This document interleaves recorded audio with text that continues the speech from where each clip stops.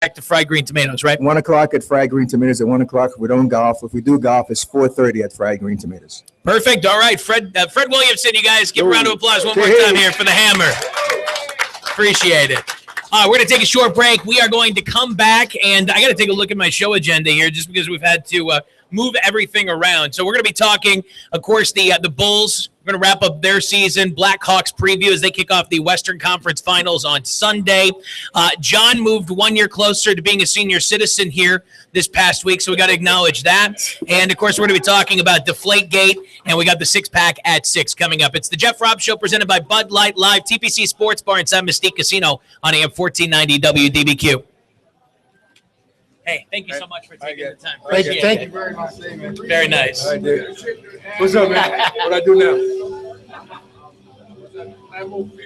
Oh, yeah? They opened up in 57. You're a legend. Hammer. How you doing? Right here. Ambo Field. You don't enjoy Fried Green Tomatoes. I'll make some red sauce in there.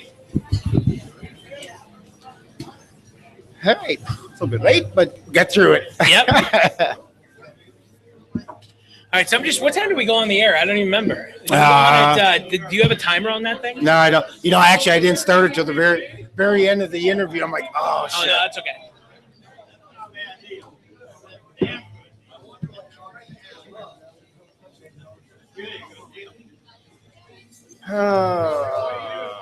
What time is it now? 6:41 now, so. What's that?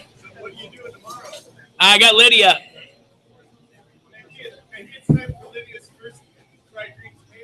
I don't think I can take advantage of the drink at least part of this with her. Kids should be old enough to drive. Hey, buddy, stand by.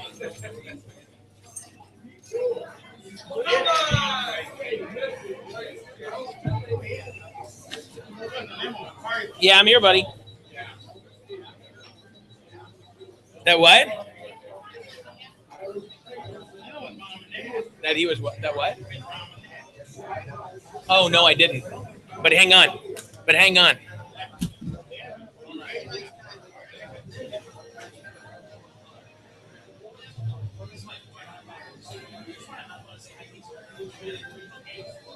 What's up, dog?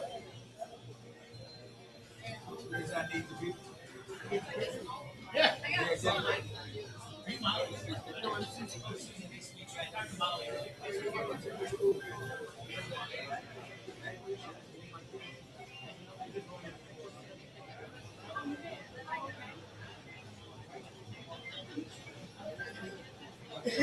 All right.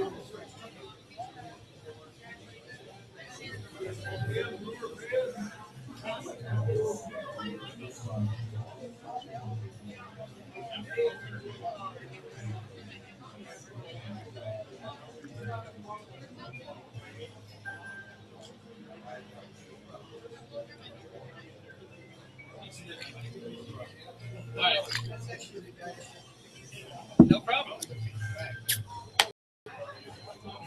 No problem, dude. 30 seconds? Okay.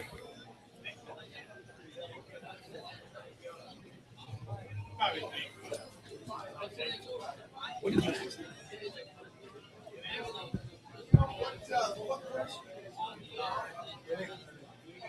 Yeah, of course.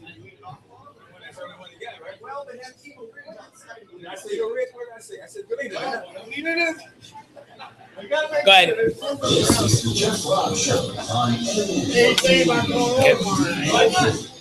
about going over for dinner and maybe golf on Sunday. Why not? There'll be a lot of people there. Yeah, we're back inside TPC Sports Bar here at Mystique Casino. We are live on AM 1490 WDBQ. Also, now that John has turned on the YouTube stream, I'm going to throw you under the bus here. We are now streaming on YouTube. You can catch a link to that via our Facebook page. Of course, follow the Jeff Robb Show on Twitter. Also, friend us on Facebook, and you can see the stream now. Again, big thanks to the Hammer, Fred Williamson, for taking time. Yeah, and I was so excited to meet him. I forgot to start our YouTube stream until the very end. John, happy birthday. Thank You you. celebrated a birthday earlier this week. Do you want to reveal how many candles were on your cake? I have to do the math in my head. 54. Okay, and what did you do for your 54th? I went out to dinner with my daughter and a friend of hers, and my sister Mary to my son's restaurant, the Hilltop at Menominee, and had a great dinner and kind of early night. I had to work the next day, but it was a lot of fun. All right. Well, I had a great Mother's Day weekend. Went back to Minnesota, hung out with my parents, and managed to spill baked beans all over the front of my vehicle. I have a huge mess. I still have to clean it up. It's in my seats. I mean, not the beans, I'm saying, but the sauce just kind of caked on my seats. I still haven't been able to get it out yet. I did the same thing. I went to a friend's house 4th of July, probably 25 years ago, and it was my job to bring the beans because all I had to do was heat them up in the crock pot, but I didn't quite get them to their house. Well, here's the thing. We picked it up from this barbecue place, and it's like this barbecue place had the most they were the crappiest bags I've ever seen. And you know barbecue, you're talking rib bones. I mean, you're talking heavy food. Right. And I don't know why a barbecue place would have the crappiest bags when they're sending 90% of their stuff out the door, for carry out. In fact, they only have a few benches you can eat on. So anyways, I set all the stuff down in the back of my Jeep. We go to pick up my mom. And I'm like, oh, crap, I got to take this stuff. I got to move it around now because we've got to, rearrange everything. So I go back, I grab the beans, and I, lift it up, and I'm like, oh, bleep. Right. Because I see liquid, dripping out of the bag, and I know it's about to happen. And it just happens. The bottom falls out, and the beans just come tumbling down, and they just cover me and the front seat and the center console. And you might as well let them dry up. They're easier to manage when they're dry. Good to know. Good to know. We didn't. Yeah, we went right after it, and I still have a mess on my hands. John, I thought we learned this in 2009, but Tiger Woods is not a guy that you want your daughter to bring home and introduce as her boyfriend, unless you don't mind that your daughter will be sharing Tiger with many, many women. Yeah, that's kind of his MO. Tiger and Lindsey Vonn broke up this week. According to a source from the Daily Mail, Tiger wanted Lindsey to be the one. He blew it again due to his addiction. The insider adding, knowing Tiger, he doesn't even see it as cheating because there's no romance or feeling there. It's just a stress reliever like a high ball or two after a bad day. Considering his current success or lack thereof on the links, he must be having a lot of those bad days, and apparently a lot of stress relievers, and that led to, of course, Tiger and Lindsey breaking up. Now, according to the Daily Mail, we're not going to get too much into the tabloid here, but it is interesting to note because we saw what kind of happened with Tiger on the course after his relationship with Elin Nordegren unraveled, and you have to wonder if this is going to have the same effect on him or not. Yeah, and originally Tiger and Vonn, they said that they both had busy schedules and they didn't have enough time to commit to each other. Well, we know what Tiger was busy doing with his schedule. I've been watching some really entertaining basketball and hockey over the last week, several buzzer beaters. And in the NHL, the Rangers won in overtime in Game 7 after being down 3-1. For as entertaining as the conference semis have been, last night's game between the Bulls and the Cavs was a snoozer. Did you watch any of the game? No, I didn't, but they ended up winning by 19 or 20 points? Yeah, it was really, it was kind of a bizarre game in that Cavs point guard Kyrie Irving left the game with a knee injury when the score was tied at 35. After that, the Cavs outscored the Bulls 59-38 without Kyrie Irving, effectively ending the season. For the Bulls, it was a great night shooting for LeBron. The Cavs won with defense and a great game from something called shooting guard Matthew Dellavedova off the bench. The guy scored 19 points on 7 of 11 shooting. I couldn't pick Matthew Dellavedova out of a two-person lineup standing next to Fred Williamson. Yeah, we had that conversation today about LeBron James and teams like that, especially in basketball when we're only dealing with 5 players on the court at a time. All you need to do is have LeBron be LeBron and then have one other guy step up, and that was you can pronounce his name again. Matthew Dellavedova. Thank you very much. That was him last night. It sure appears that Tom Thibodeau has coached his last game in Chicago. Of course, he's the 2010-2011 Coach of the Year. He's going to be highly coveted. He's going to be highly coveted by a lot of teams that are looking to fill a coaching vacancy or will create one for Tom Thibodeau just because of how much success he's had in Chicago.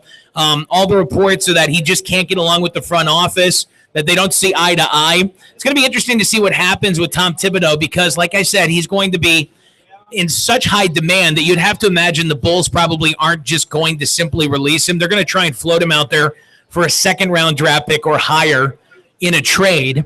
And one of the teams that's out there is the Pelicans, who are now looking for a new head coach after making the playoffs this last season. Yeah, and the kiss of death was right after the Bulls lost last night. Both the front office came out and said that they want him back, and he said he wants to be back with the Bulls. So usually when they come out with statements like that, it means it ain't going to happen. No, yeah. Jeff Van Gundy last night during the game had an interesting quote. He said, it used to be losing coaches lost their job, winning coaches kept their job. That's not necessarily the case anymore. You see a lot of NBA teams moving on from coaches, even though they have relatively successful seasons. The Pelicans, I think making the playoffs for them this year, that was a success. They didn't have to do anything in the postseason. Simply getting there was a good season for them, in my opinion. Yet here they are looking for a new head coach. And, the thing about Tom Thibodeau is you want to bring him, I would think, to a team, and great NBA minds might disagree with me on this, but I think you want to bring him into a situation where he's got a young team who is filled with a bunch of players, a roster that's filled with a bunch of players that are college is still fresh on their minds because he coaches like that. He expects the effort level in practice and on the court during games to be 100%. And, a lot of NBA coaches fail because they have that expectation all the time. And that's why we see college coaches, have that difficult transition to the NBA because you got to kind of coddle these guys a little bit. And Tom Thibodeau, by all accounts, isn't willing to do that. So I think the Pelicans might make a lot of sense for them. But yeah, you certainly want to put Tom Thibodeau in a situation where he's going to be able to kind of mold a young team and not have a bunch of veterans who are already kind of steadfast in their ways as far as their routine getting ready for games. The other part of this equation too is, again, Tom is coming off a situation where he was successful, not even 4 years removed from being the coach of the year. I guess 4 years now. And yet he's having issues with the front office. So you have to think that Tom Thibodeau is probably going to want to go to a situation where he is not only the head coach, but he has control over personnel decisions, similar to Flip Saunders in Minnesota and a couple of other different situations, Greg Popovich, and some other situations in the NBA. I don't think the Pelicans are in a position to offer that to him, but something to keep in mind. I think, again, at the end of the day, I think that that Thibodeau is going to be on a bench somewhere else next year. One positive you can take away from this, Bulls fans, is that Derrick Rose made it through the playoffs without getting hurt and can now just focus on conditioning and working on his game this offseason. Yeah, it'll be interesting to see if the Bulls do move on, who they do get as a coach. But, you bring up a good point, and I think it's not only in basketball, but it seems like in all other professional sports, it's happening more and more. You look at the Cubs. I mean, they were kind of in a rebuilding process, and they kept upgrading their manager until they got the guy they wanted in Joe Madden. Yeah, well, Joe Madden is one of those coaches, those managers where you make exceptions. You know what I mean? You look at your situation, you're like, okay, we're comfortable with this. But then there's Joe Madden. That's right. Let's go get Joe Madden because Joe Madden's the guy who pinch runs for Anthony Rizzo in the bottom of the ninth inning to have that pinch runner score the winning run on Wednesday night. And the Cubs, of course, what a marathon of a game here today. I mean, seriously. And I'm not going to say I called this because I didn't call it. But yesterday with my boss, we were in the studio and I was like, okay, just wanted to make sure Cubs game starts at 1:20. Good. And he goes, yeah, you should be just fine for your show. I'm like, you never know. There could be rain popping up. I wasn't sure about the Chicago forecast or, you never know about the Cubs bullpen. I said that. And sure enough, look what happens today. They blow a lead. And I'll tell you what, we had Coomer on real quickly. We had Coomer on last week. And, Ron Coomer said that, he looks for this team to upgrade their starting rotation. Got to upgrade that bullpen. Yeah, you bet. And it was kind of a fun game to watch, even though we're waiting to get Fred Williamson on the air, but both plays, it was Castro at third base. In one inning, there's a little fly ball out to right field, and for some reason, he took off and got thrown out by 15 feet at home. But basically, it was the same thing. He was on third base again at the end of the game, and the Pittsburgh right fielder really botched the ball. It's replaying right now. Yeah, we're watching the replay on the TVs here at TPC Sports Bar. I told you when Castro left third base on that play there, he was thrown out at home.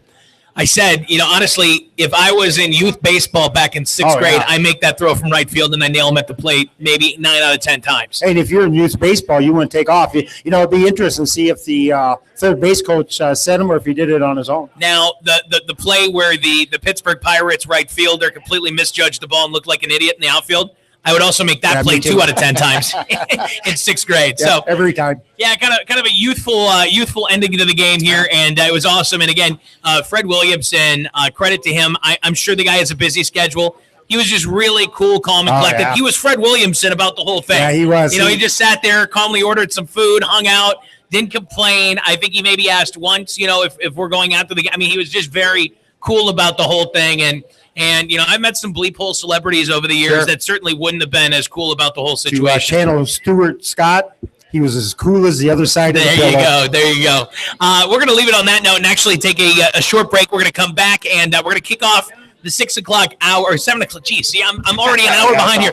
The 7 o'clock hour with the, I'll tell you what, let's do the 6-pack at 7. So we'll do that, and then we'll bring everything else into the table. I've got to hit on Deflategate again this week because, of course, some developments have popped up here over the last week, to say the least. And as I mentioned earlier in the show, the Chicago Blackhawks kick off the Western Conference Finals finally. Well over a week, about a week and a half after they got done playing hockey against the Wild. Sorry, my Minnesota Wild couldn't make it more of an entertaining series, and we couldn't have seen more hockey this past week. But they finally kick off the Western Conference Finals on Sunday afternoon. So we're going to take a look at that series. That's coming up. This is the Jeff Robb Show. Again, we're live. TPC Sports Bar inside Mystique Casino. It's presented by Bud Light, and it is live on AM 1490 WDBQ.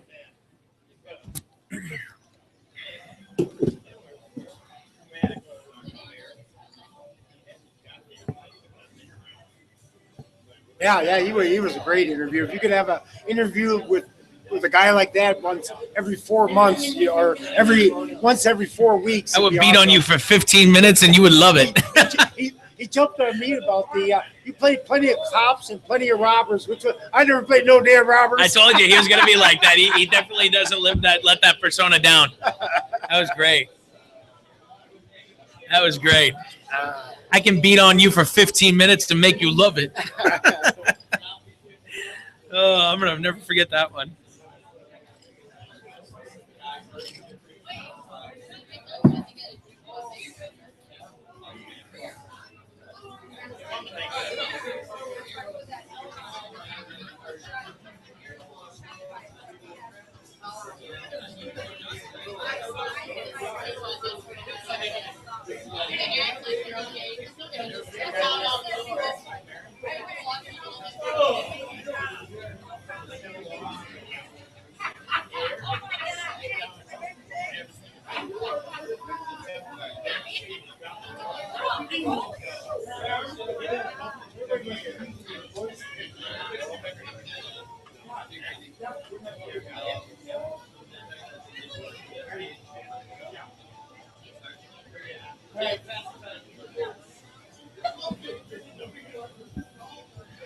Great picture, Abby. Yeah. What's that? I know.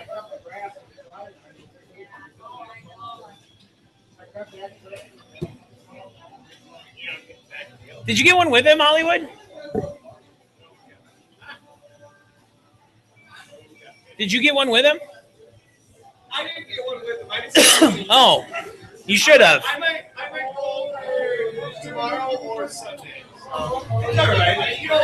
I got the memory. That's kind of bigger for me. Yeah, I know. I'm the same way, dude. What's up? Yeah, perfect. Hey, what time did we start this show? Wasn't it like 5:15 or 6:15?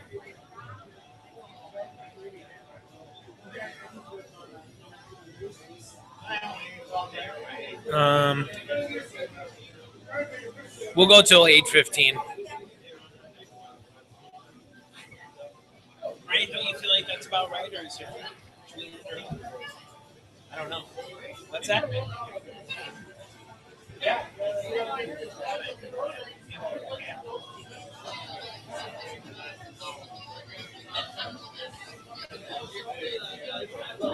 What's that?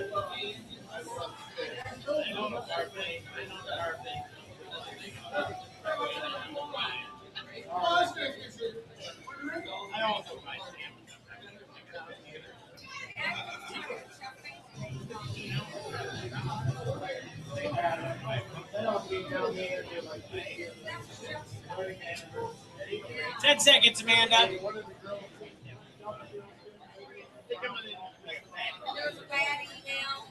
Go ahead. This is the Jeff Robb Show on WDBQ.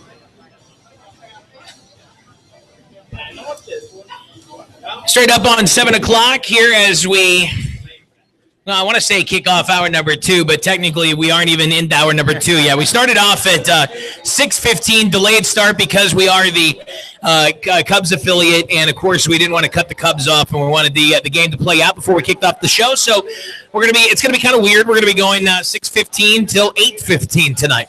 All right. So with that, let's do the 6-pack at 7, which is actually this week a 4-pack at 7. That isn't confusing enough. Yeah, I can't do that math. So let's just start out and we'll just get going. Talking about the Chicago Cubs, they lead the major leagues with 334 strikeouts, plus whatever they got in their 12 or 13 inning game today. What school of strikeouts are you a student of? Do you think Do you think a strikeout's just another out?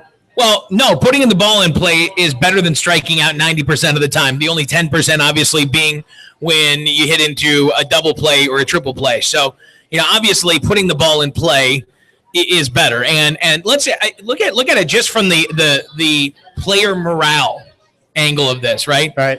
I mean, there's nothing worse than getting beaten on a pitch. I mean, by striking out. I mean, it just kills your self-esteem, I would think. For a lot of these guys, at least they look dejected as they walk back to the dugout.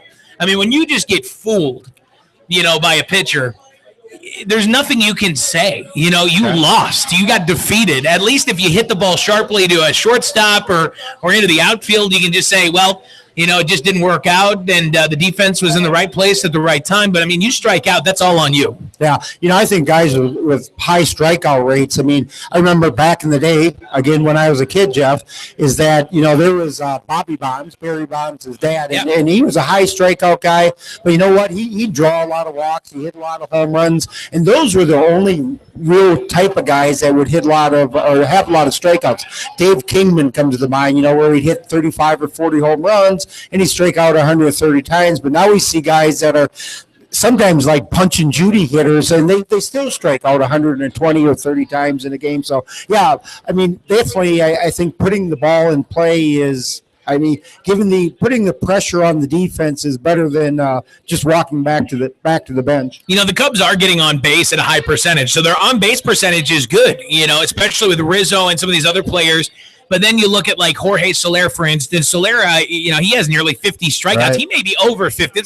I think he had like 46 or 47 as of Wednesday night. So he might be at that 50 mark now. So, they definitely have some players who are fanning on quite a few at bats at least. But again, at least you get in a high on base percentage, and it is possible to, as you mentioned, like Bobby Bonds, strike out a lot, yet walk a lot, and get on base a lot. Yeah, you're right. And, if he has 50 at this point in the season, not even a quarter of the way through, I think the all-time strikeout record for a hitter is just over 200 strikeouts. So he's definitely on pace to erase that record.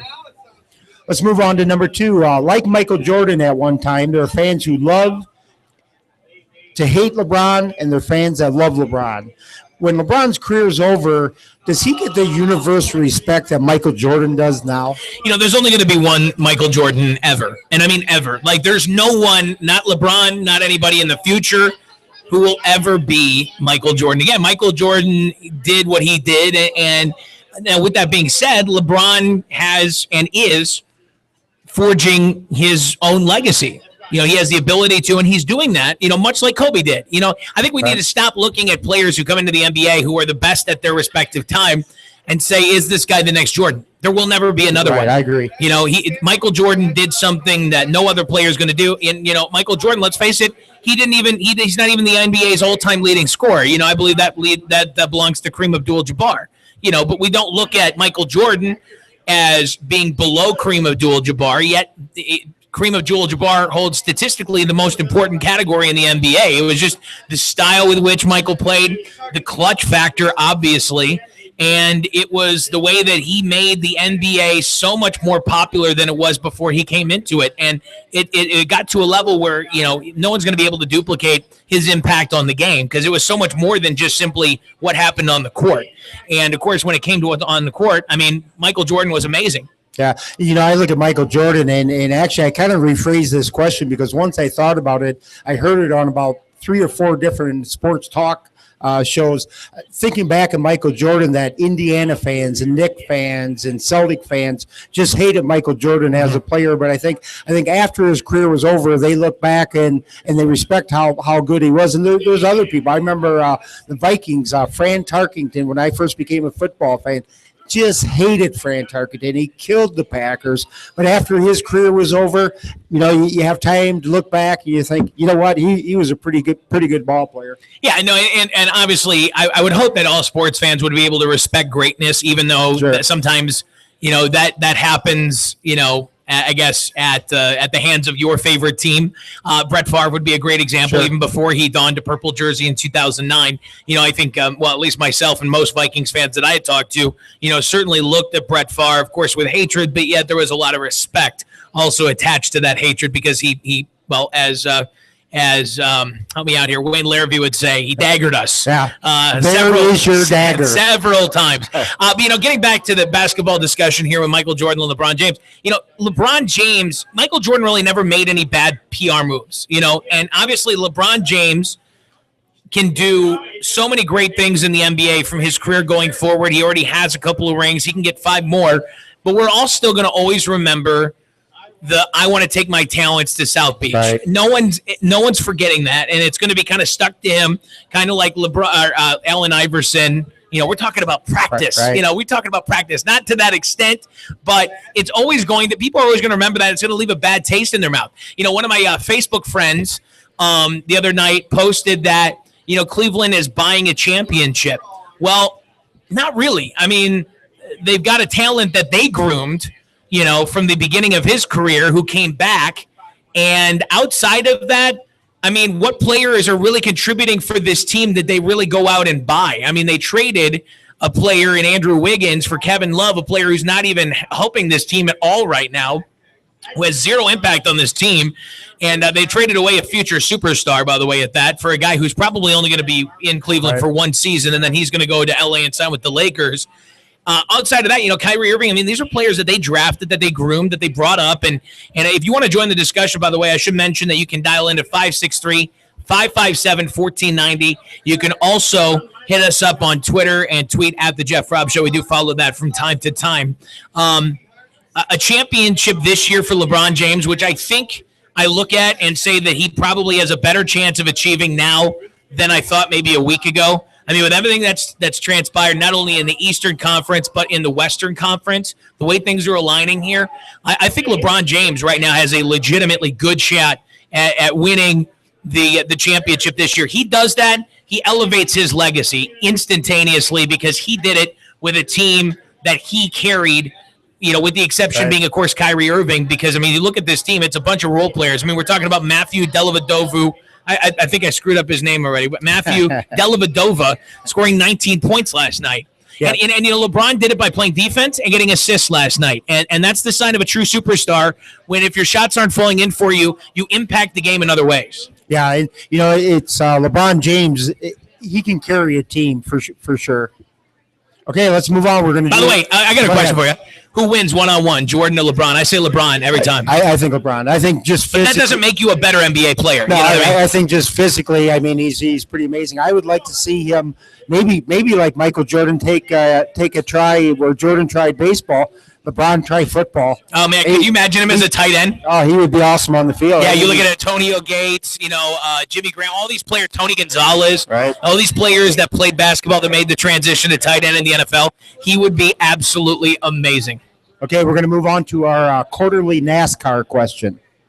In NASCAR, there are individual drivers, but 2 or more of these drivers might be part of the same team. Can you explain how that doesn't lead to shenanigans? How did you write this with a straight face? Like, I know nothing about NASCAR. We've gone over this, John. I was hoping. Oh, my God. I know. We could bring him in. We could talk about restrictor plates and drafting. God, I know very little about NASCAR. I'll admit it, but that what you're saying is, how do they get these drivers to fall in line with the company? We need this guy to win. You don't, Right. you need to sacrifice your position or, sacrifice winning the race to help this guy, move up the standings, the polls. Is that what you're saying? Right. Well, I mean, I guess I would just assume that all the drivers have an understanding that there's a pecking order of priority. And if you don't fall in line, you're not going to be driving in one of our cars. Yeah. Something interesting. My friend and coworker Ryan, I always bounce these questions off him, and he's kind of a NASCAR fan. And he pointed out when Dale Earnhardt Sr. was killed, it was actually in the fourth corner going towards the flag, and all three of the cars were part of the same team. It was Michael Waltrip, it was Dale Earnhardt Jr., and then Dale Earnhardt Sr. Was kind of blocking. He was in third place, but he was blocking the rest of the field for his other two teammates.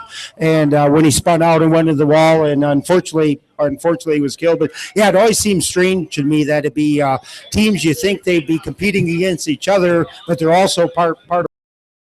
Yeah, no, it is. I wish that we had Joe here, who comes to our show quite frequently, who is a big NASCAR fan. But again, I feel pretty confident in answering again that these guys have a predetermined pecking order and that they need to fall in line. Like I said, and that could change from year to year, from season to season, from week to week, depending on where you're at in the point standings. Sure.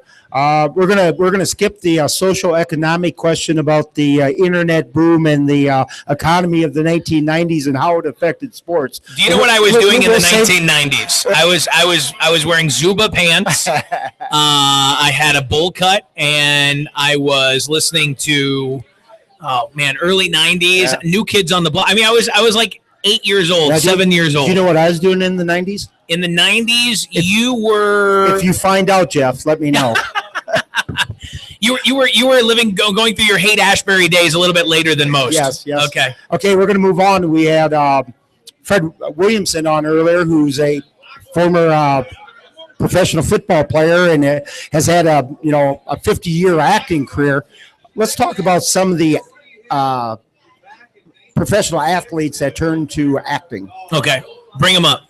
All right. How about Brett Favre? And There's Something About Mary. Horrible. He was horrible. It was awful. It was awful. It was so awful that it was funny. It was. It was a good thing that it was a comedy, because had that thing been a drama, you would have really wondered what Brett had to do to get a part in that movie, because it was bad. I mean, he was as stiff as a board. I'm surprised. I'm surprised he could play NFL football after that. I mean, he was just like a 2x4. How about Shaquille O'Neal? Shazam. Or Shazam. Yeah, Shazam. I've never seen it. I haven't seen it. I owned a Shaquille O'Neal hip-hop tape, though. Oh, yeah. Have I told you that story? No. So my dad and I, we go to Music Land. This was back in like 1993, 94. And I get to go pick out a tape. And at the time, I was really into hip-hop. And I wanted Snoop Dogg Doggy Style on tape. But my dad needed to listen to the tape before I was able to keep it. And needless to say, we didn't get very far. I think we made it out of the parking lot and we did a U-turn. And we had to go right back because there was some music that a third or fourth grader shouldn't have, right, sure. On a tape that they were listening to daily. So we went back to Music Land, and my dad was pointed out to the explicit lyrics parental advisory stickers that, tapes at that time. I think it was fairly new that they had. So I had to pick out a tape with no explicit lyrics sticker on the front, which is hard to do. Sure. The only one I could find that didn't have a parental advisory on it or wasn't edited out, which was, it was awful. You just have you were missing every eighth word. It was Shaquille O'Neal, Shaq Diesel, and I bought it and I loved it and I fell in love with it, and I could still probably sing you 2 or 3 of the songs right now at the top of my head. The album was actually produced by, I believe, Fife from A Tribe Called Quest. So the beats were great. The production was great. It was just Shaquille O'Neal rapping and bragging about himself all in one. That's crazy. You said a word I haven't heard in a long time, Music Land. Yeah, Music Land, right? Music Land around? No, it went the way of Circuit City and Blockbuster. Yeah. Ember's Restaurants, they're all dead. Yeah, and that's part of the question we skipped about the internet boom, and I'm sure that's what happened. I didn't want to, and let's just clarify here that, and maybe this is a 7-day tease, okay? Because we call it teases in the radio business. We are going to answer that question, and John will bring it up. But I wanted to give it the time and effort that question truly deserved. So we're going to bring it up when we have more time to address it. I just knew that with Fred Williamson coming in here today, that we were just going to have to kind of condense the six-pack. And I feel like this is something that you really have something to say. Sure. Because I would have never thought to even could ever bring up this question. And I'm going to find a way to try and answer it with a little bit of research. Okay. Because like I said, in 1993, 94, I wasn't worried about the economic status of sports, put it that way. Right. Music Land. I was trying to make sure I had $1 in my piggy bank. For the local Debukers here, they'll remember Stanford's or Roshek's, all the old kind of not franchise, but individually family-owned department stores. Mm-hmm. All had almost an entire floor dedicated to records, 45. So when you start buying them out of your pocket, was it cassettes that you bought, or? Yeah, no, it was in that case. It was this is a cassette. I wasn't around when 8-tracks were the thing to buy. Okay. Do you still have any of yours? No, I don't. I did have a lot. I had quite a few, quite a big collection of 8-tracks, but over the years, and finally, I think I threw them all away. Well, okay, so we got through Brett Favre, Shaquille O'Neal. Who else? Michael Jordan, Space Jam. Michael Jordan did a good job in Space Jam. I just went back. I just watched Space Jam, actually, at least about 25, 30 minutes of it within the last month. And Michael actually did a good job in that movie. He was good. Okay. How about Mike Tyson in The Hangover? Well, Mike Tyson was actually pretty entertaining in The Hangover, but he had a pretty small part. I would hope that Mike Tyson could nail that. He just had to be Mike Tyson. Yeah, a pretty intimidating dude. Right. He had to look at the camera and scare you, basically. Yeah. How about O.J. Simpson? I didn't like O.J. Simpson. No, I just thought he sucked. I mean, I didn't think he was that good. Yeah. But you know what? I think a lot of people did, right? Yeah. I mean, he was pretty popular as far as acting. Yeah. Wasn't he? Yeah. And O.J. Simpson, not outside of Naked Gun, I mean, he had quite a career in there was a television show about ambulances. I can't remember what it was, maybe Police Story or EMT, where he was a regular cast member of it. Well, between Fred Williamson here kind of just subtly ripping me for only seeing 2 of his movies and not watching more O.J. Simpson movies, apparently I need to catch up on the decade that I was eating Gerbers and the decade that preceded that before I was even born, because apparently there was a lot of good movies that were made and I haven't seen them. Yeah, and Fred, looking back at his bio when you told me yesterday about him being on the show and looking at his bio and Internet Movie Database, he has had an incredibly long career in television and film. And to add on top of that, a college football career at Northwestern and I think 7 or 8 year career in the NFL. And we found out tonight 2 years in the CFL. So he's been a busy man. He has, and he actually spends part of his year in Rome. He's got a condo in Rome. And I went over to Italy about 2 years ago now, almost just 2 years ago, and I wanted to bring it up on the air. I didn't get to it, but I did talk to him for a moment off the air about it, and I told him, it's the most beautiful country I've ever been to, and all the countries we went to in Europe, which albeit were 3. Italy was my favorite, and it's not even close. So where else you going? Where else did we go? Europe. Yeah, we went to Spain. Spain was cool. Yeah, Spain was really cool. Paris, France. Right. So, I liked Italy. Trip. I liked Italy. Yeah, the Amalfi Coast in Italy, that southern coast. That's where the George Clooney's and the let's see here, Danny DeVito actually has a limoncello factory that he owns over there. Okay. That's where they all vacation, is that southern coast of Italy, the Amalfi Coast. And apparently Jeff Robb also. Yeah, one time. And I get really bad motion sickness and car sickness, and it's a windy road, that you're driving to get there from the port in Naples. You get off, the ship in Naples, and then you go, and there were a couple of times where we had to really go slower, pull over, and just let me get some fresh air for a moment, because I barely made it to Positano and Sorrento. All right, man. Well, great job with the six-pack at 6. Let's take a short break. We're going to come back, and we are going to hit on Deflategate for a second straight week. Some new developments here in the last week, and I want to get John's thoughts and then also share mine. That's coming up next. And we are live, TPC Sports Bar inside Mystique Casino. It's the Jeff Robb Show presented by Bud Light on AM 1490 WDBQ. What? How late we going? 8:15. 8:15. It's interesting, and I gotta.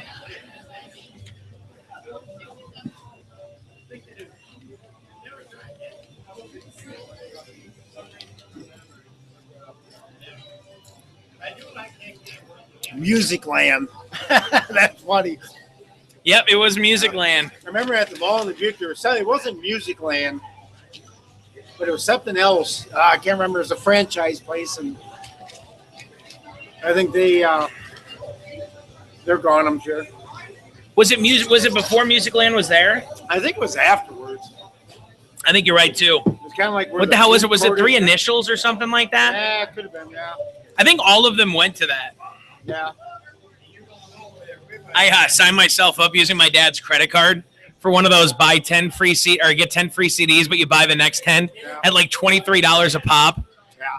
I think I got one of My those. dad was not happy with me. I was only in 5th grade though, you know what I mean? Dad, I filled out this form and I get 10 free CDs. You know, it's kind of funny now that you mention it. $23 for one. You don't see infomercials anymore about like Glenn Campbell. Oh, buy the Glenn Campbell collection, and Not you know, but not many anymore. So I did see one not that long ago. It was like the music of the Ed Sullivan Show. Oh, really? They're catering to that, you know, yeah, right, yeah, upper end demographic. yeah.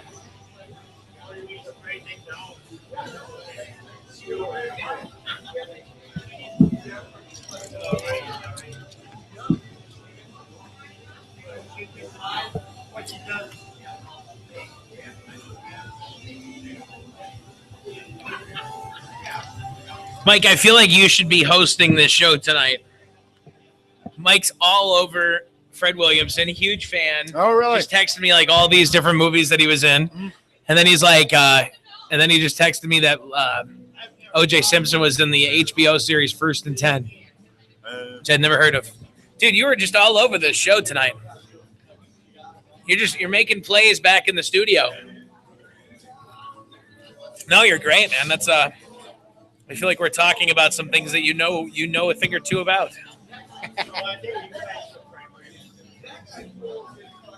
Do you feel like he's a good actor?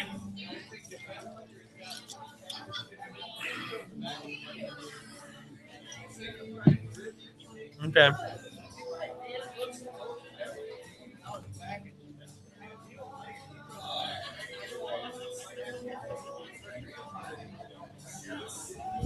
Oh, yeah, Kareem Abdul-Jabbar from Airplane, yeah. We just talked about that movie, too, for like 10 minutes earlier.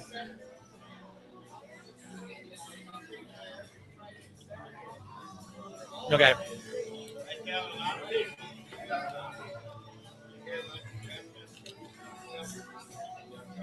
What we're going to do is we're going to do one more break, and then we're just going to go up until 8:12, and then you can play the rest of the commercials and then go back to programming.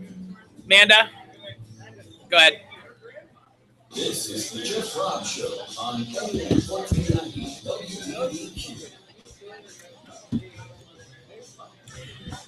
And again, we're live inside TPC Sports Bar, Mystique Casino. I want to thank our sponsor, Bud Light. And here at TPC Sports Bar during the baseball season, enjoy a Budweiser draft and a burger basket for $8 during all televised Cubs games this summer.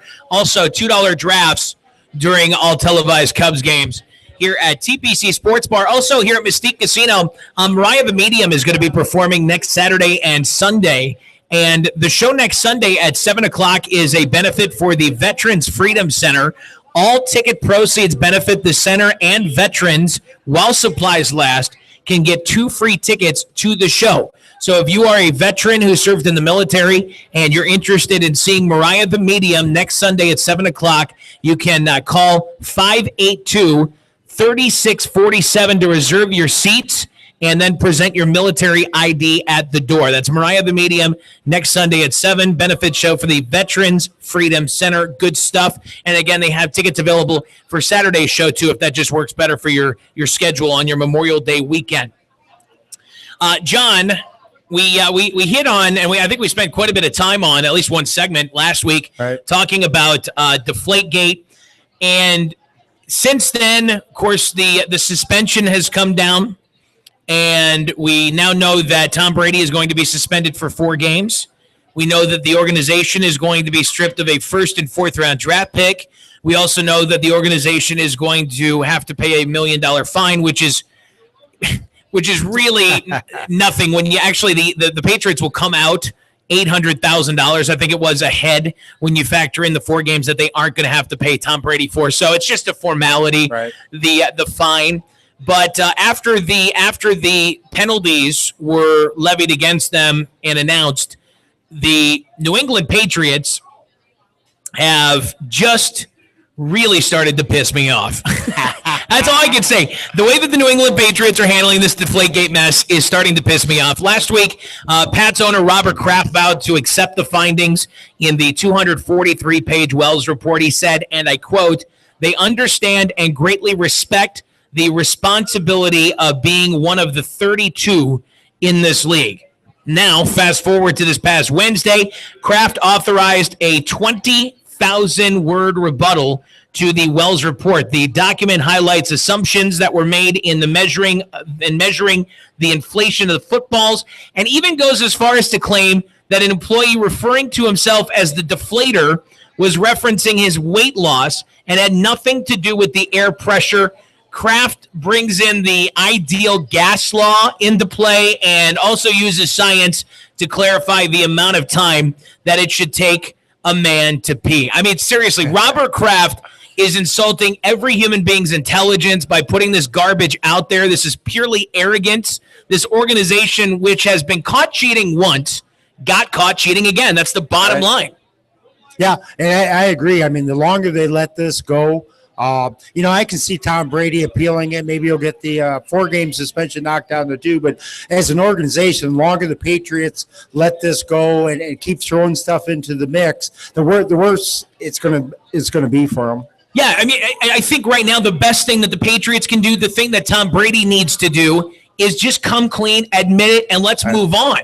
I mean, but just coming up with all these petty excuses. I mean, look at the peeing part, right? Again, they tried to highlight how long it takes the average guy to take a piss. Okay. Yeah.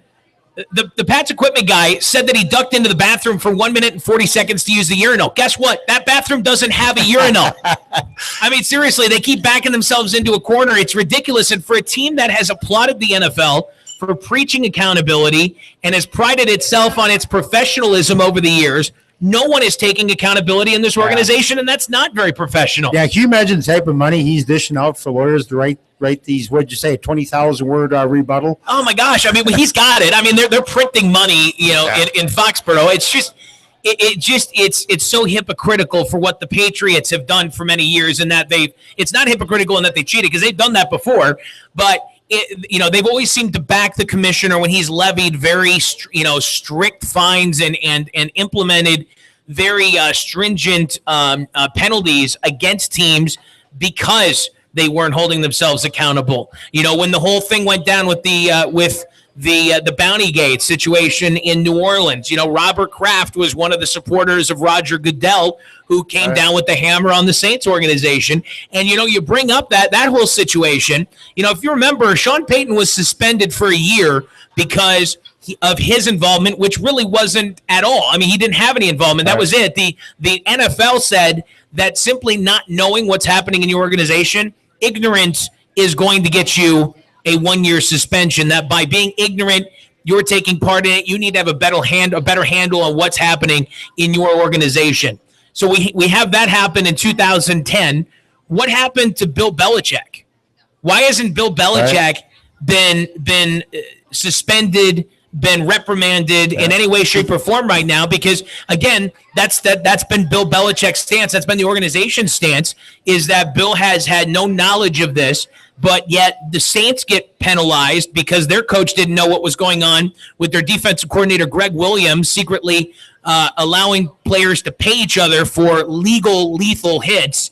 And Bill Belichick gets off scot-free because he didn't know what was going on with underinflated footballs. It just doesn't make sense. The NFL, while the Patriots are looking like a complete mess right now, the whole way they're handling this, the NFL's not looking much better. No, you're right. And I mean, Bill Belichick, just like Peyton, I mean, he's the captain of the ship, and he should know what's going on. And it wasn't like it, I'm sure, was an isolated situation in the playoff game against the Colts, although that's what the report, it didn't go back any further than that. But I mean, Bill Belichick can't say that he didn't know anything about this. Matter of fact, that's exactly what he did say when it first came out after the game was he basically said, ask Tom Brady. And you know what? Maybe Bill Belichick didn't know about it. But again, the bottom line is the NFL, if you're going to suspend one coach for an entire season because of not knowing, you got to suspend them all in this situation.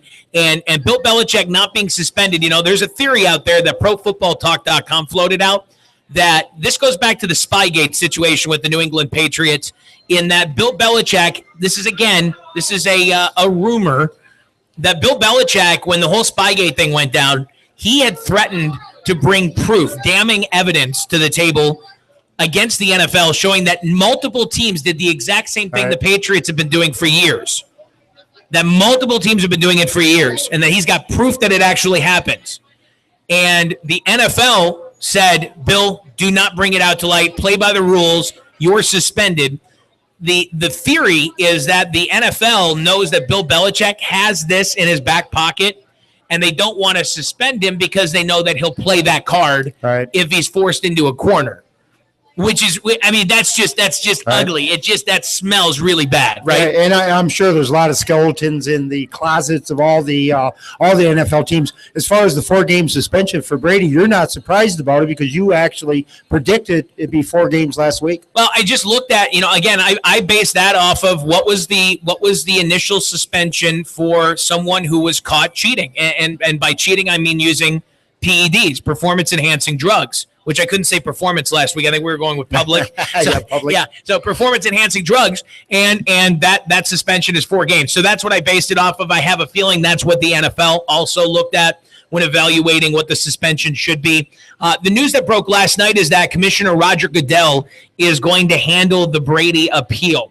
And this is really not a smart move if the NFL believes that the suspension will be upheld by a third party. It almost tips the hand of the NFL that they don't think it would be, because typically the NFL has an independent arbitrator hear high-profile cases. Example, Ray Rice, Adrian Peterson. They have a third-party independent arbitrator hear it and then rule on it, and then that's set in stone. Goodell has the right to handle this himself per the 2011 labor agreement, but again, it shows you that the NFL doesn't feel confident that there is enough concrete direct evidence that Brady instructed to have the balls underinflated. The NFLPA has now countered and asked Goodell to be a witness, which he can refuse to do. But if he were to be a witness, then he wouldn't be able to, of course, be the arbitrator deciding whether or not this suspension is going to going to stand, I should say. The evidence pertaining to Tom Brady and the New England Patriots, well, particularly Tom Brady, it's circumstantial. I mean, it is. But that is enough to punish. It's not enough maybe to convict in a court of law, but it's enough to levy a punishment on Tom Brady. And this certainly is going to stoke the fire that already is burning between the NFL and the Patriots. And I think we're heading towards the most contentious standoff between the league and an owner since Al Davis sued the league so that he could move his franchise to Los Angeles. Yeah, I agree. And when the Ted Wells report came out, I guess the headline that I read, and the reason I didn't think that the suspension was going to be 4 games or there was going to be a first-round draft choice, was that Tom Brady probably knew that something was wrong. And that's not a very strong statement. No. It didn't say Tom Brady absolutely knew, or we have evidence that Tom Brady knew all along, or he was the ringmaster behind it. It said, well, he probably should have known or probably would have known, which was pretty soft. So that was the surprising part. And again, just remember this, that the NFL has a right to suspend Tom Brady, to penalize Tom Brady simply for not participating or not fully participating, I guess is the word I am looking for, in their investigation, in the Ted Wells investigation. And what I mean by that is not handing over his phone, his cell phone records. By not doing that, then he opens himself up to a fine and or a suspension or a penalty. And certainly they didn't levy a 4-game suspension on him because of that. But I mean, the evidence is there. Again, there's direct and circumstantial evidence. The direct evidence, for instance, would be like, John, it's raining because we see the rain, right? Circumstantial is it rained because there's water outside and there's puddles And sometimes it's better to have the circumstantial evidence than the direct, because sometimes you ask someone exactly what happened, they have problems recalling things. I remember seeing that guy, but he had red hair, or was it brown? You know what I mean? Sometimes the circumstantial evidence actually sticks a little bit better than the direct. I'm not a lawyer, but I'm just saying that when it comes to Tom Brady, it's circumstantial, but that is enough. And certainly the evidence is there that the Patriots cheated. Yeah, and the best thing for the NFL, the Patriots, for Tom Brady is to get something settled, sooner than later. The Patriots being the world champions, playing the NFL kickoff classic, think against Pittsburgh, their first Thursday night game of the year. So what's your early over-under for mentions of Deflategate? In that game? I don't even know. I don't even think I could count that high. Here's the thing. At the end of the day, I want Roger Goodell gone, and I think that we're a step closer to that happening now, because one of his biggest supporters was Robert Kraft. That is no longer the case.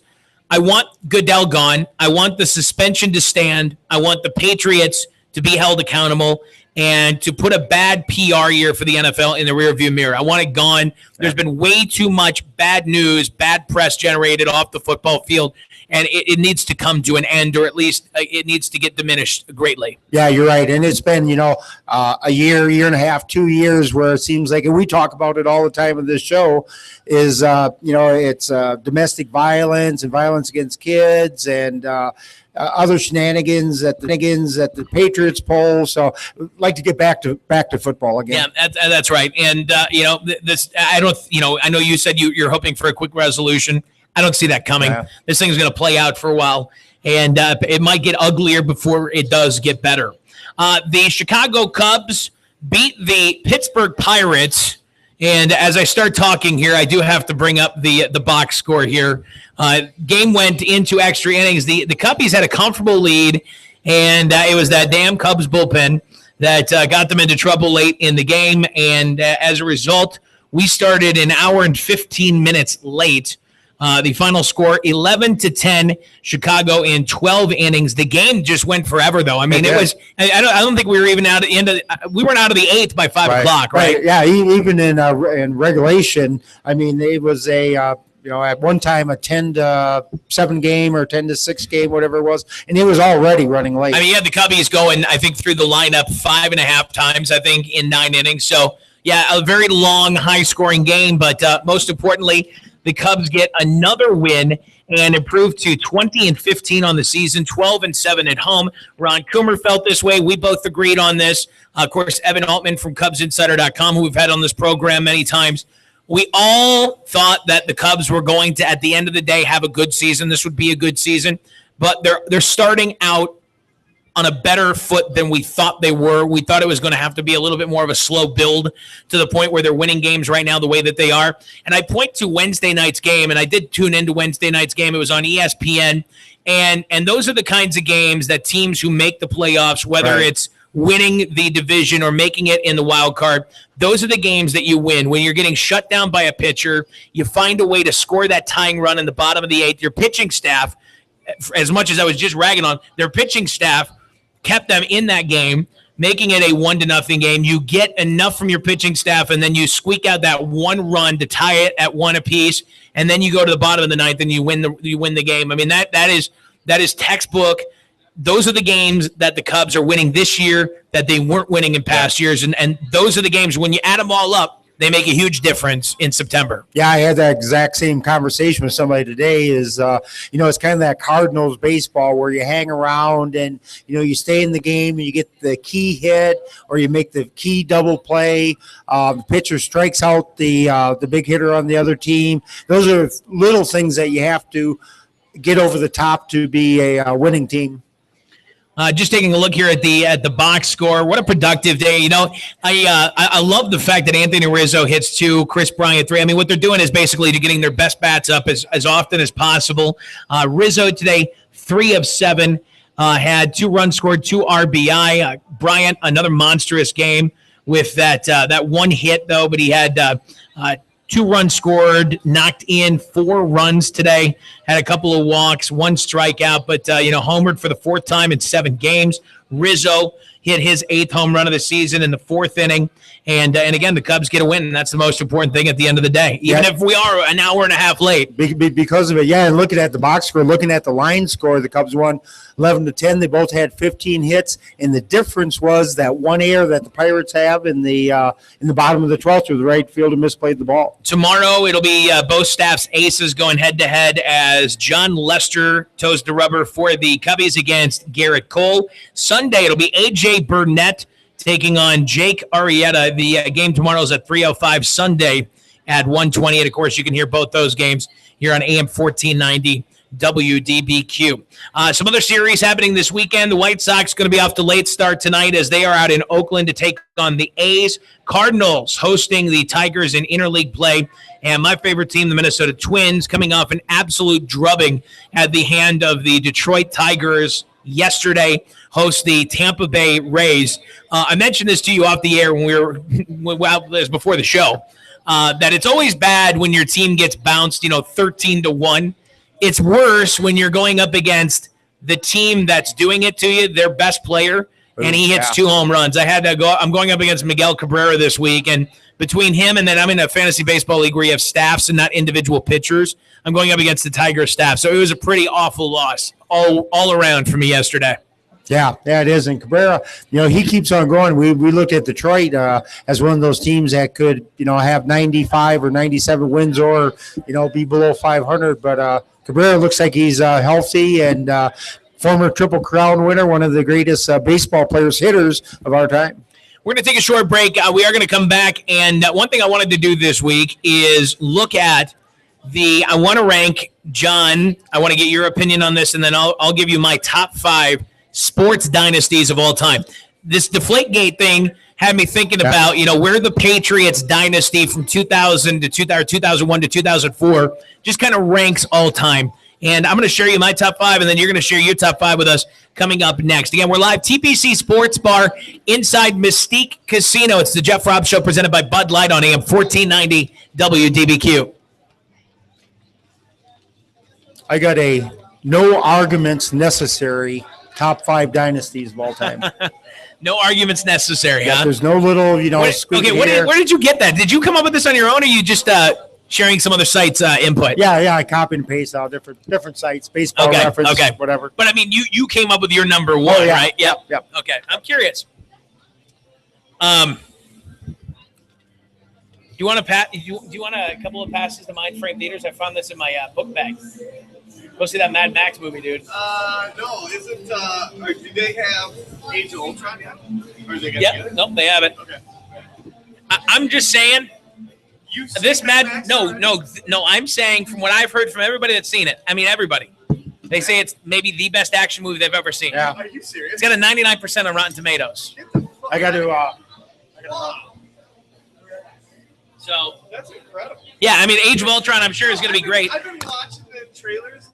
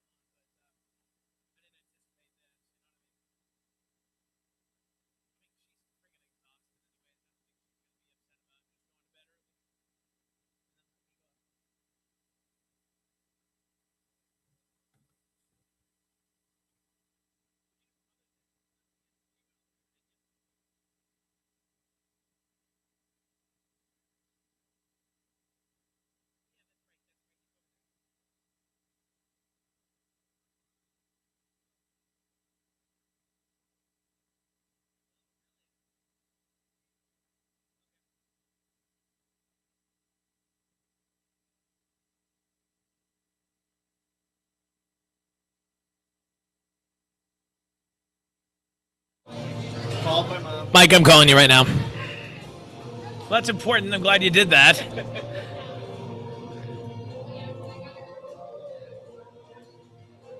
Hi, buddy.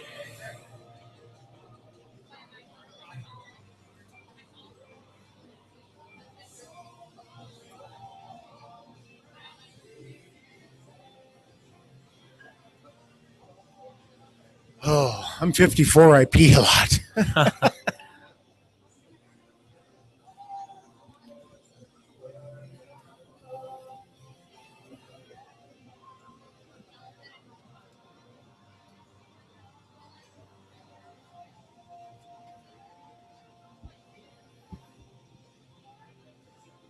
10 seconds. Just go ahead and fire it. You're listening to the Jeff Robb Show on AM 1490 WDBQ.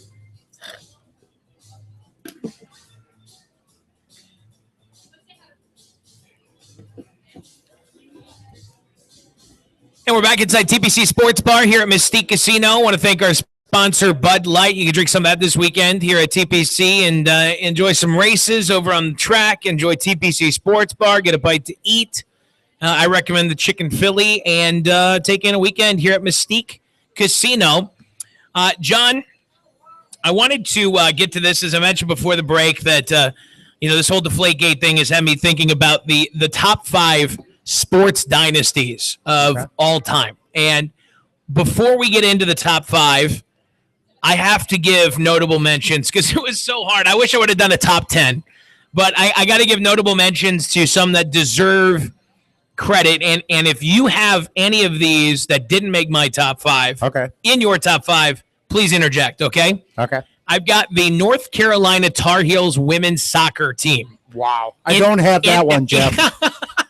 In doing some research for this, listen to this. From 1979 to 2012, the Tar Heels won 22 national championships. Wow. That's pretty damn impressive, right? It is. Yeah. So I got to give them due credit. Alabama football from 1961 to 66, they went 65-1 and won 3 national championships. And then from 2009 to 2013, of course, Alabama won 3 BCS championships in 4 years. So I've got them not making the cut for the top 5. Do you also have them on the outside? I have them on the outside. Okay. Miami Hurricanes football. Yeah, good one. Do you have them on the outside? On the outside, yep. The subject, one of my favorite 30 for 30 episodes, the U, as they call themselves. The Hurricanes had 3 coaches over a 10-year span and won 4 national championships. Howard Schnellenberger got the thing going. Jimmy Johnson continued it. And then Dennis Erickson also got a national championship down in Miami. So, I mean, that's a dynasty when you're winning 4 championships in 10 years. San Francisco 49ers. Are they in your top 5? Nope. Okay. 49ers from 81 to 94. Won 10 division titles and 4 Super Bowls. In fact, they had the most wins of any NFL team in the 80s with 104 and the 90s with 113. You ask me who had the most wins in the 90s, I would have probably said the Dallas Cowboys before the 49ers. Right, sure. They had the won 3 out of 4 years. I think what hurt the Dallas Cowboys, if my memory is serving me correct, is that they weren't really dominant, from 97 on, right? I mean, they won that Super Bowl against the Steelers, which was the 96 season. Yeah. And then I think 97, they made the playoffs and maybe made it to the second round. But then after that, things teetered off pretty quick. I think the Cowboys in the 90s had a 1-15 season early in the 90s. Oh, there you go. Yep, of course. Yep. So that would also impact what they were able to do in the 90s as far as win totals. Another team that I have, or another organization that I don't have making the top 5, USC baseball from 1958 to 1978. Do you have them in your top 5? On the outside. Won 10 national championships, including 5 straight from 1970 to 1974. So you think about that, in 20 years, they won 10 national championships.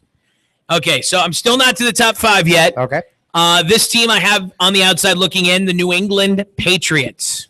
Do you have them in your top 5? They are on the outside. They are, yeah, for me too. We are narrowing the window. 2001 to 2004, of course, they won 3 Super Bowls in 4 years. You know, I didn't realize it, but did you know that there was controversy from the very beginning of the Belichick regime? No, what was that? Okay, I didn't know this. Belichick had been, of course, the Pats' assistant coach in 1996 under Bill Parcells. I knew he came from that coaching tree. When Parcells went to coach the Jets, Belichick went with him. After the 1999 season, Parcells resigned, and Belichick became the Jets head coach. Did you know this? Yeah, I did know that. The following day, Belichick resigned at a press conference. After sorting out their differences and making a few draft pick trades, the Jets released Belichick, and he signed as Patriots head coach, where he has, of course, remained to this day. So there was some controversy from the very beginning with Bill Belichick in New England. And he's been making the Jets suffer ever since. He has, yes. I'm going to give you one more on the outside looking in, and that is Jack Nicklaus. From 1961 to 1986, Nicklaus was the best golfer on the PGA Tour, 115 pro wins, 73 PGA wins, 18 major championship wins. He's on the outside looking in for me, probably mostly because I didn't grow up watching him play. Right, and I'll tell you, I didn't stray as far off into sports. I kind of stuck with the major sports, but yeah, very interesting list of teams and players that are on the outside. Okay, I'm going to give you my 5, and then you're going to give me number 5. Okay. Number 5 for me is the New York Yankees, 1996 to 2003. Made the postseason every year during that time, winning the division in all of them except 1997. They won 6 of 8 AL pennants and 4 World Series championships in 1996, 98, 99, and 2000. To be honest with you, I could condense it down from 96 to 2000, where they won every 4 out of 5 years, but I decided to expand it to 2003 because they were still winning divisions and going to the World Series in those years as well. Okay.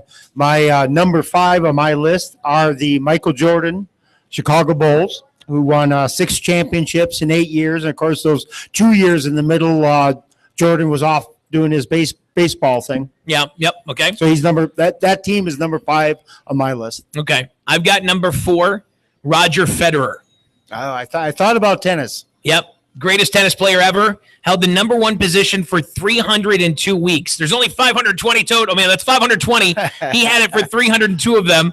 From 2004 to 2008, held number 1 for 237 consecutive weeks. Won 17 Grand Slam singles titles.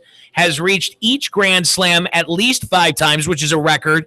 Appeared in a record 10 consecutive Grand Slam finals.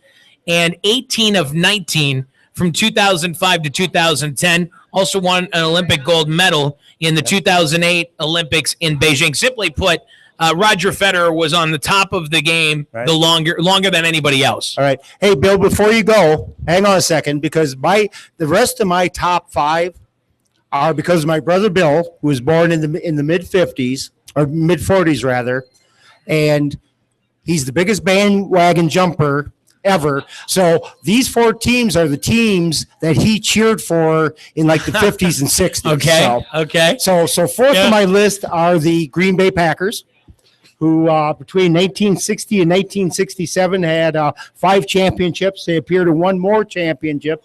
So that's 6 championship games in 8 years. That's a good one. Can't argue with that. You're dismissed now. I wonder if we're going to get any of these top 5. I wonder if we're going to have any of the top 5 the same. Number 3, I've got the UCLA Bruins men's basketball team from 1964 to 1975. 10 championships in 12 years. John Wooden, Lou Alcindor, of course, who became Kareem Abdul-Jabbar. Bill Walton, 88-game winning streak, is the longest in men's college basketball history. Won 7 straight titles that will never be duplicated. UCLA Bruins check in at number 3. Yep, number 3 on my list too. There you go. John Wooden here, and it's kind of neat with some of these teams how they, especially at college teams, where they transition. They have this long, 10, 11 year streak, but of course in college you're transitioning from one group of kids to another group of kids to another group of kids. But obviously, John Wooden, great coach, and he went from Lou Alcindor to Bill Walton at center. Number 2 on my list, I've got the UConn women's basketball team. Now, while we have discussed on this show before about how I don't watch too much college women's basketball in general because I just don't find the entertainment value there. And at the end of the day, that's why I watch sports, is for entertainment. I definitely respect greatness. And from 2000 to 2015, 16 seasons, the Huskies have won 9 national championships, including 3 consecutively from 2002 to 2004. They had a record 90 consecutive wins from 2008 to 2010. And honestly, if the Lady Vols hadn't been so good in the early 2000s, they probably would have a few more. All right. Right. Yeah. They had great coach. And women's basketball is, I think we've talked about it before. It's one of the women's sports that is really kind of interesting to watch. So where do you have at number 2? At number 2, I have the Boston Celtics from the 68-69 season through the, or rather the 56-57 season through the 68-69 season. They had 11 NBA championships. They appeared in one more championship. And so that's a total of 12 championship games they appeared in, won 11 of them in 13 years. Yep, that's a good one. Can't argue that one. Number 1, I've got, and this might surprise you because I put him in front of another great golfer. I've got Tiger Woods. Tiger Woods. I got Tiger Woods as the number 1 dynasty of all times. I mean, he likely won't match the 18 majors that Nicklaus has, but he won 11 PGA Tour Player of the Year awards from 97 to 2013.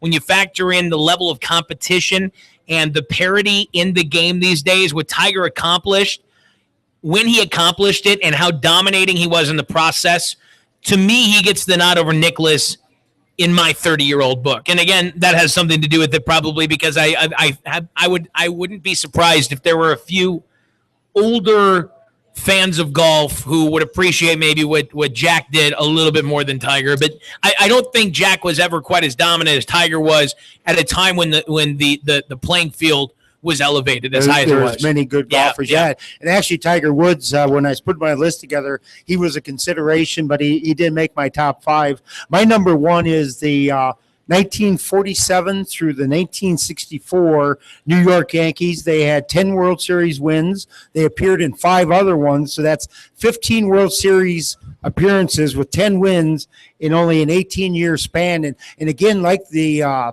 UCLA Bruins that went from Lou Alcindor to Bill Walton, they kind of went from Joe DiMaggio to Mickey Mantle. Yeah. But the one constant, as I looked through Baseball Reference kind of at their stats through that era, was Yogi Berra, who played in all those years. And just turned another, turned 90 years 91, old. And, people forget, they remember the Miller Lite commercials and all the yogiisms and stuff like that. But he was a great ball player. He won the MVP award twice and obviously he's a Hall of Famer. Yep. No, absolutely. You had a great list. Probably better than mine. I'll give you credit there. Yours was more creative, though. I went outside the box a little bit and, I was kind of looking around and obviously I wanted to include Tiger. And then when you start including Tiger, you look at Jack Nicklaus. And, of course, the UConn women's basketball team. It's been well documented just how dominating they've been. And Roger Federer, even if you don't appreciate tennis, you had to have heard his name if you're a sports fan many times over the last several years. And, what he was able to do, because, he came out, he came onto the scene, after Sampras and Agassi and those guys going back and forth for many years in the 90s, then it was Federer and Nadal. And, Roger Federer is great. Yeah, football is probably the toughest of all these sports to actually create a dynasty. But I know last fall or this spring or winter, we talked about after New England Super Bowl victory, if they're a dynasty, where they rank on dynasties. And after working on this and putting this together, they're probably not as close to a dynasty as I thought they probably were. Yeah, I'm going to give it to them. Anytime you can win a Super Bowl 3 times in less than half a decade, you deserve that label.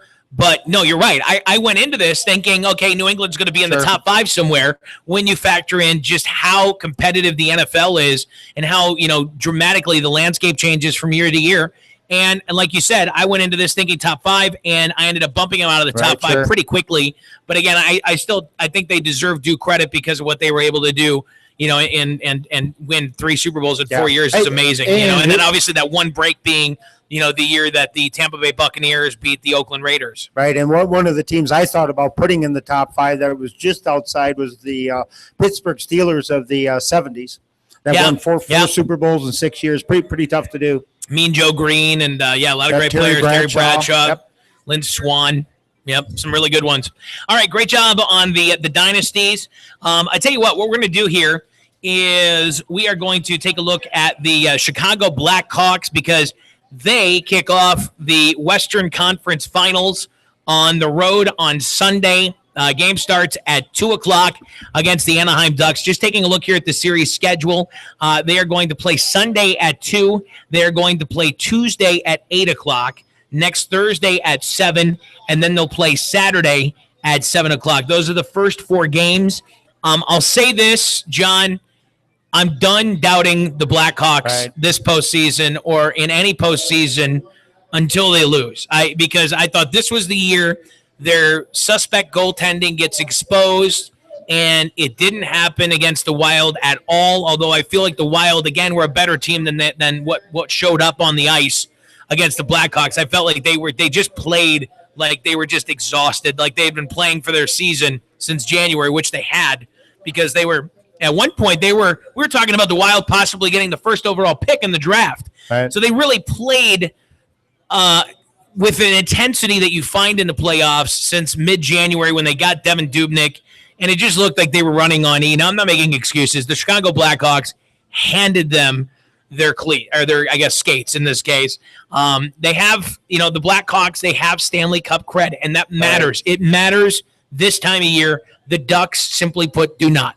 Yeah, and we talked about that last week about playoff experience and how important it is. And I think in the Wild series with the Blackhawks, it probably really showed. The thing that Blackhawks fans, something to watch here in this series is, John, there's a term called dirty goals in hockey. And dirty goals are when you put your forwards most of the time in front of the net and they camp out and they use their big bodies and they position themselves so that when a blue line or a defenseman or another forward takes a shot, they can deflect the puck and throw off what the goalie's trying to do, or they can get a rebound and then put it back in the net. Those are called dirty goals.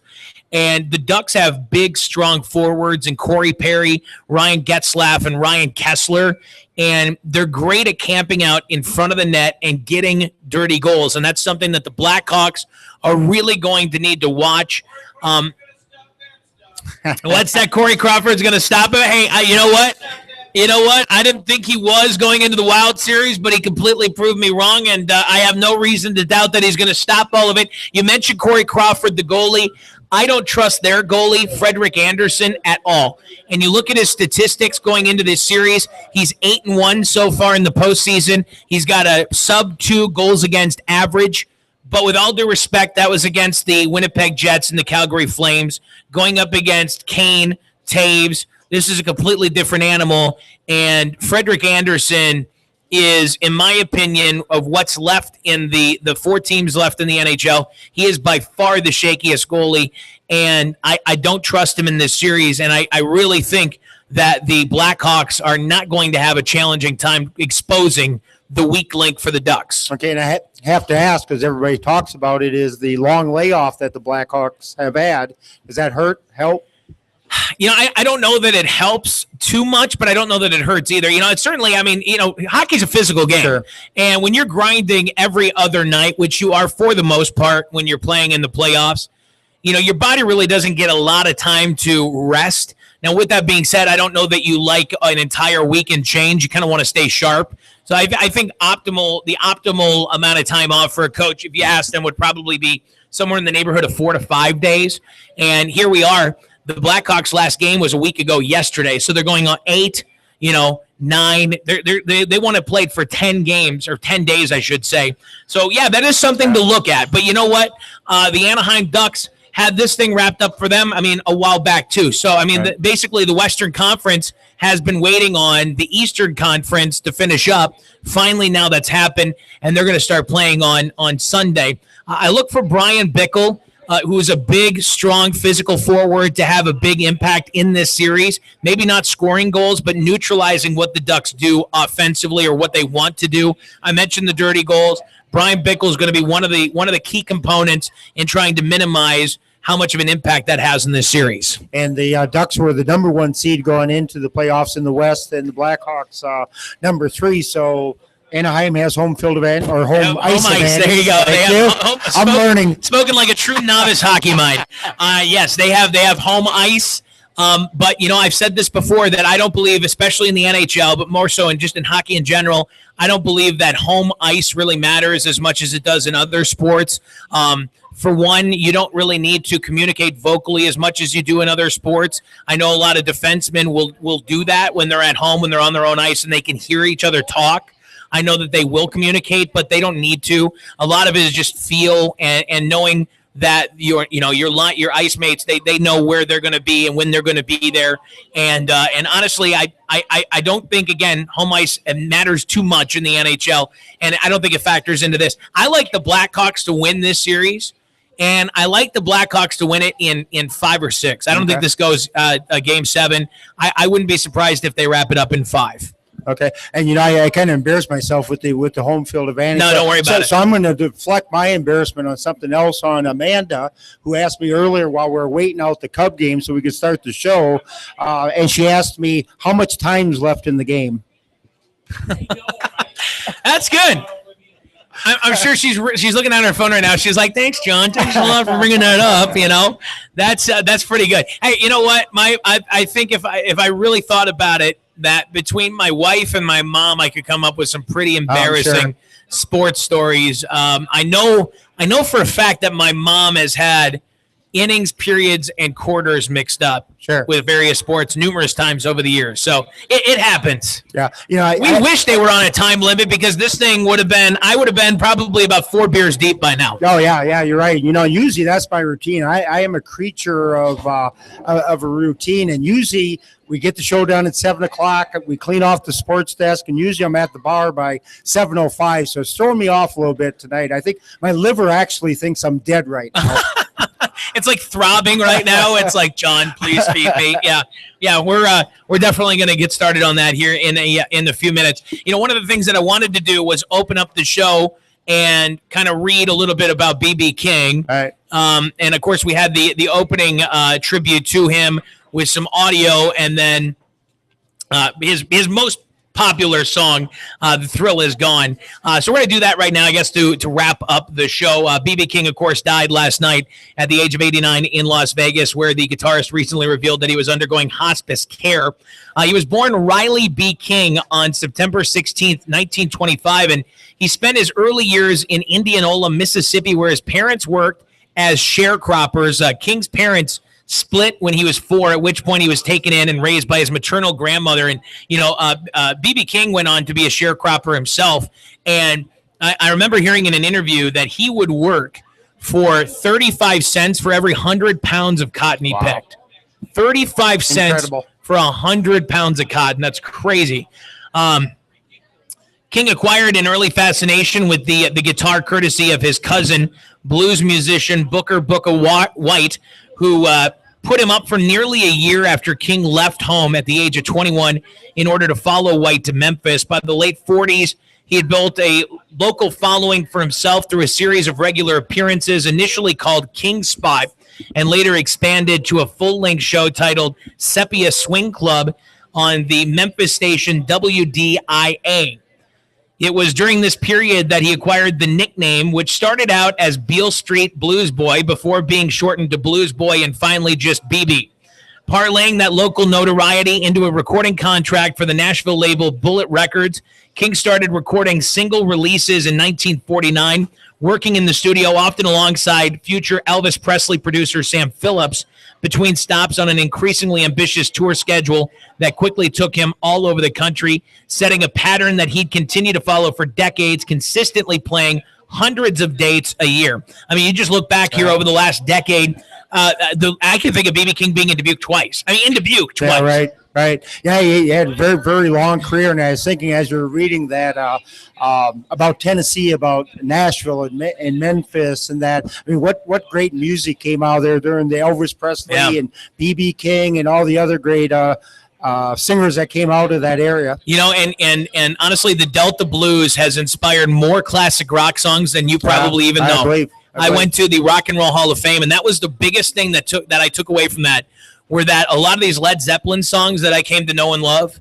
were all basically covers of blues songs from the 40s and 50s. Yeah, the Beatles and the Rolling Stones were the same way. They loved the blues music, and you can in a lot of their songs hear it.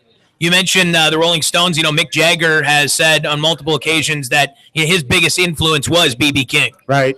It was during one of the shows, though, that B.B. King was playing in the winter of 1949 in an Arkansas dance hall when he made a fateful decision that would come to define the B.B. King legend. A barrel of kerosene lit to heat the building during the show was knocked over during a fight, and King was forced to flee the building along with everyone else, only to dash back in when he realized that he'd left his guitar inside. I went back for it, King later recalled. The building was a wooden building, and it was burning so fast when I got my guitar, it started to collapse around me. I almost lost my life trying to save my guitar. Well, the next morning, we found that these two guys were fighting about a lady. I never did meet that lady. I never did meet her, but I learned that her name was Lucille. So I named my guitar Lucille to remind me not to do a thing like that again. Great story. Yeah, King's star really started to rise after his 1952 single, The 3 O'Clock Blues, and became a hit. The first of many successful releases that continued throughout the decade, establishing him as one of the biggest names in R&B. He arguably reached his commercial peak in the late 60s and early 70s when his version of The Thrill Is Gone from 1969's Completely Well won a Grammy, followed by 1970's Indianola, Mississippi Seeds, which broke the top 40. Unlike many of his peers, King continued to record steadily even after the blues receded into the commercial margins during the late 70s and beyond, amassing 42 studio LPs in all, concluding with 2008's Grammy-winning One Kind Favor, which was produced by T-Bone Burnett and included contributions from Dr. John. Even as he piled up hit records and critical accolades, King remained a humble and eager student of the guitar until the end. It seems like I always had to work harder than everyone else, those nights when everybody else was asleep and you sit in your room trying to play scales. I just wonder where I was when the talent was being given out. He laughed during a 2009 interview with The Telegraph. I have a motto. I guess that's a good word. If I don't learn something new every day, it's a day lost. I think that way now because there are fewer days. Great motto. And he has none left. And B.B. King, again, died at the age of 89.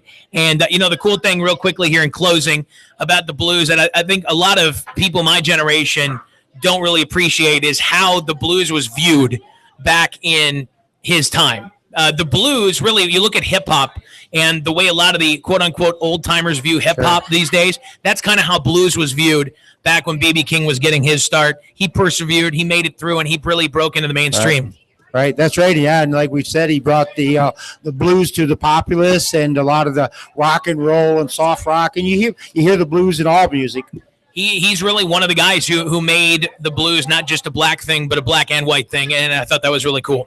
Yeah, and I was trying to look up. I know he had a great commercial. I can't remember the product, but I mean, when you seen him talk and tell his stories, like you told some of his stories now, he was one of those guys that just made you smile. All right, John, great show. Have a great weekend. And what are you up to? I'm off tomorrow, so I actually got my grass cut today. It was about knee high, so before the neighbors called the police on me, and I got that done. So I actually, for the first time, you can't just leave that out there and then just kind of move away from it. For the first time in a long time, I feel like I have a day to myself. So you had the cops called on you, really? No, I didn't have. I said before the neighbors called the cops on me. It was high. I mean, they have a little dog. That dog could have got lost in that forest. I want to see a Triple Crown winner in my lifetime, and hopefully it works out. Where we're going to be going into at least the third weekend here in a couple of weeks with a horse trying to do that. So, John, have a great weekend. Thanks to Amanda, Abby for hanging out, taking a beautiful picture, and Big Mike back in the studio. Thank you guys for your help, and we're going to go back to CBS Sports Radio. This has been the Jeff Robb Show, presented by Bud Light, live from TPC Sports Bar inside Mystique Casino on AM 1490 WDBQ. I did want to tell this story. Maybe I'll tell it next week like it's new, but last night I'm going home from work. I stop here and I have a couple beers. So I'm pulling in my alley.